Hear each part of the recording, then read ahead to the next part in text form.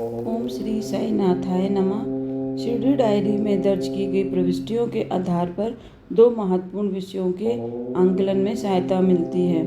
पहला श्री साईनाथ की दिनचर्या के विषय में, दूसरा इनके द्वारा साधकों के आध्यात्मिक मार्गदर्शन के विषय में। दूसरा, जहाँ तक श्री साईं बाबा के द्वारा साधकों का आध्यात्मिक मार्गदर्शन का विषय है, शिरडी डायरी में संकलित सूत्रों के आधार पर कहा जा सकता है कि बाबा साधकों को बाड़े में ठहराकर उनका प्रत्यक्ष रूप से आध्यात्मिक मार्गदर्शन करते थे।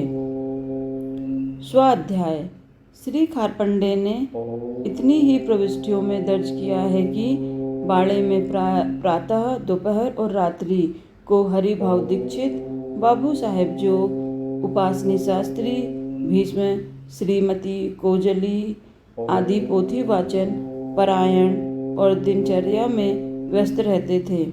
खारपंडे डायरी में ऐसी कितनी ही पोथियों का उल्लेख है जो वे लोग बाड़े में बैठकर पढ़ते थे।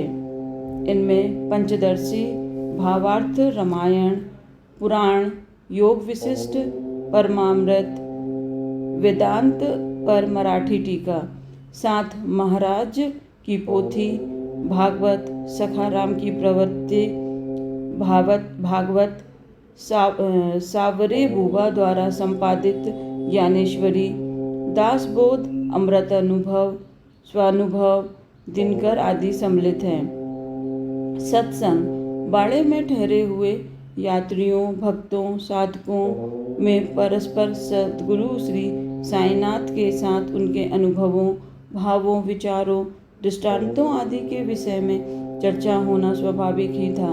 सत्संग के इन क्षणों में आध्यात्मिक विकास के लिए उनमें स्फूर्ति और प्रेरणा का संचार होता था।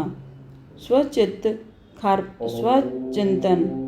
खारपंडे डायरी के पन्नों में बाबा का स्पष्ट निर्देश देखने को मिलता है कि बाड़े में जाओ और चुपचाप बैठो।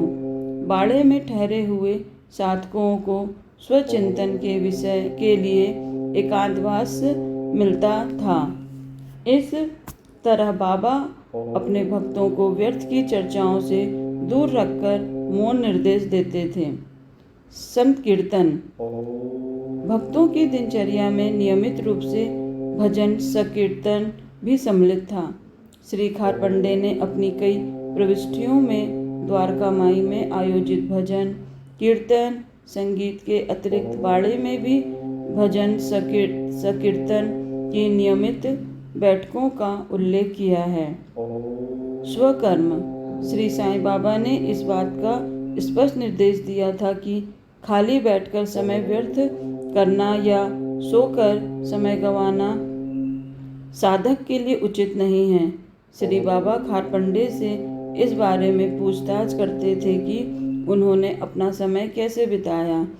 यहाँ तक कि एक बार जब श्री खारपंडे ने बाबा को बतलाया कि उन्होंने खाली समय में बैठकर कुछ पत्र लिखे, तो श्री साईं ने तुरंत कहा, खाली बैठने से तो हाथ चलाने रहना अच्छा है। अकर्मण्यता का बाबा ने इस तरह स्पष्ट रूप से खंडन किया। श्री खारपंडे की शिरडी डायरी में कई रोचक तथ्य हैं। बाबा के द्वारा सुनाए गए लगभग 25 किस्से कहानियां हैं। शिरडी में श्री साईं बाबा के पास आने वाले कई लोगों की पहचान है। उस समय के राजनैतिक और सामाजिक परिवेश के कई महत्वपूर्ण सूत्र हैं। मस्जिद में होने वाली बैठकों का आँखों देखा हाल है। चावड़ी समारोह की मनोरम झांकियाँ हैं। बाबा की मुद्राओं और भाव भंगिमाओं का सुंदर विवरण है। शोध की दृष्टि से शिरडी डायरी एक अत्यंत महत्वपूर्ण दस्तावेज है। ओम श्री साईनाथाय नमः।